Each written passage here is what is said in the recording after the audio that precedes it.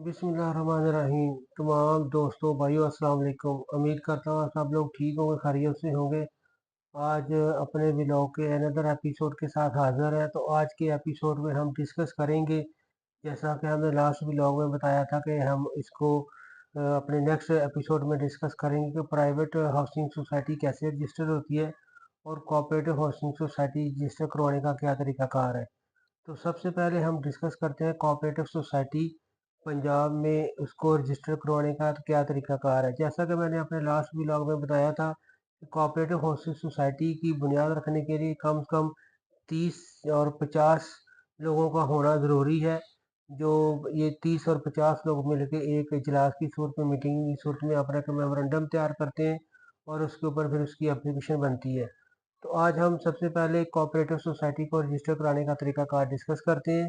Cooperative society में cooperative act 1925 के section 9 के तहत कोई भी कोऑपरेटिव सोसाइटी या दीगर सोसाइटी, स्पोर्ट्स सोसाइटी हो, इंडस्ट्रियल सोसाइटी हो, उसको तरीकाकार ये है कि उसकी एक एप्लीकेशन ड्राफ्ट की जाएगी और उस एप्लीकेशन के ऊपर कम से कम 30 से 50 लोग साइन करेंगे, या 30 या 50 लोगों में से कोई एक के नाम ऐसी अथॉरिटी बनाएंगे जो रजिस्ट्रार पंजाब से इसको कम्युनिकेट कर सके और फर्दर इसका प्रोसीजर उसको कर सके। तो ये जो एप्लीकेशन है ये इन राइटिंग शेप में कोऑपरेटिव डिपार्टमेंट को दी जाएगी, जिसके साथ उनके शनाख्ती कार्ड की कॉपी, उनके फाइनेंशियल स्टेटमेंट्स और उनके बैकग्राउंड्स, और सबसे अहम और ज़रूरी चीज़, वो किस मकसद के लिए ये सोसाइटी बनाना चाहते हैं और क्यों बनाना चाहते हैं। वो हाउसिंग सोसाइटी है, आया कोऑपरेटिव हाउसिंग सोसाइटी है, या कोऑपरेटिव इंडस्ट्रियल सोसाइटी है, या कोऑपरेटिव स्पोर्ट्स सोसाइटी है।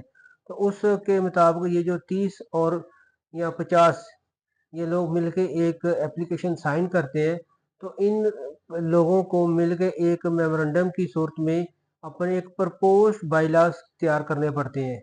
प्रपोज बायलाज बना के अपनी एप्लीकेशन के साथ रजिस्ट्रार कोऑपरेटिव डिपार्टमेंट को सबमिट करने पड़ते हैं, जिसपे कोऑपरेटिव डिपार्टमेंट इसको गौर करने के बाद फर्दर जो भी कोई क्यूरी हो या इसकी अप्रूवल देने का अख्तियार हासिल रखता है।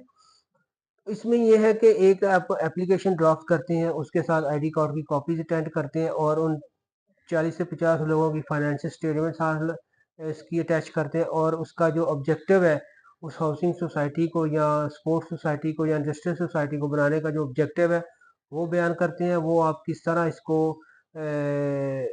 इसके बना के चलने चाहते हैं और उसके क्या तरीकाकार होगा। उसके प्रपोज बायलाज जो बहुत ज़रूरी है, उस बायलाज में आप वो एक पूरी कमेटी के हिसाब से उसको एक उसके प्रपोज बायलाज बनाएंगे।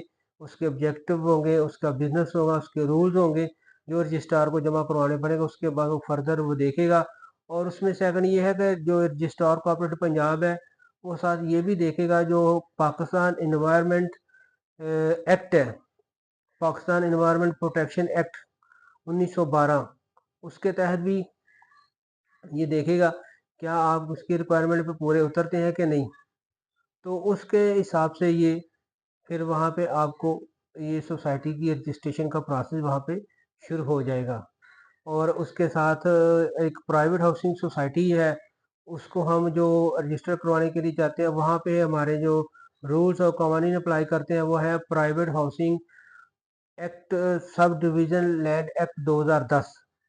जो हमारा टीएमए होता है, हमारा डिस्ट्रिक्ट काउंसिल होता है, हमारी मतलब डेवलपमेंट अथॉरिटी होती है, वो कोई भी हाउसिंग सोसाइटी को रजिस्टर करने के लिए इस रूल्स को फॉलो करती है, जिसे हम private housing societies act 2010 sub division act 2010 बोलते हैं।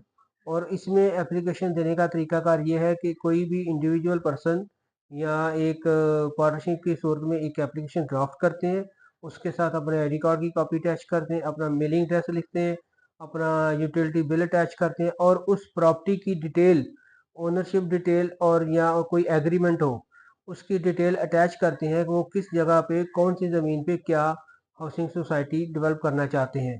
उसका एक प्रपोज मैप वहाँ पे अटैच होता है, उसका लोकेशन मैप अटैच होता है, और उसका एक डिज़ाइन अटैच होता है जो कि टाउन प्लानर से भी उसका अप्रूव होना ज़रूरी होता है। और उसका तो उसका टाउन प्लानर भी उसको लाजमी देखेगा, उसकी रिकमेंडेशन के साथ ही ये मुतलका हमारा TMA district council development authority इसको कंसीडर करेगी। तो अगर तो आपकी ओनरशिप है तो आपको ओनरशिप के डॉक्यूमेंट साथ लगाने पड़ेंगे, जैसे फ़र्द होता है, रजिस्ट्री होती है, इंतकाल होता है, एक्स शजरा होता है, लट्ठा होता है। अगर आपके पास ओनरशिप नहीं है, कोई दूसरे डॉक्यूमेंट है, दूसरा डॉक्यूमेंट ये होता है कि आपका किसी के साथ कोई एग्रीमेंट हुआ हुआ है, कोई पावर ऑफ अटॉर्नी है, उस सूरत में भी आपको एग्रीमेंट साथ अटैच करना पड़ता है।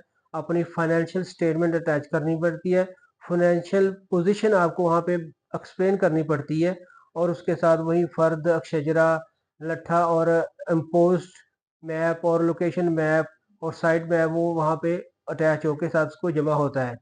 तो ये 2 तरीक़ेकार थे, जो एक कोऑपरेटिव सोसाइटी में एप्लीकेशन देने का तरीक़ाकार था, और दूसरा जो प्राइवेट हाउसिंग सोसाइटीज़ बनती हैं, उसमें जो मुतलका डेवलपमेंट अथॉरिटी है, टीएमए है, म्युनिसिपल कॉर्पोरेशन है, डिस्ट्रिक्ट काउंसिल है, उसमें एप्लीकेशन देने का तरीक़ाकार है।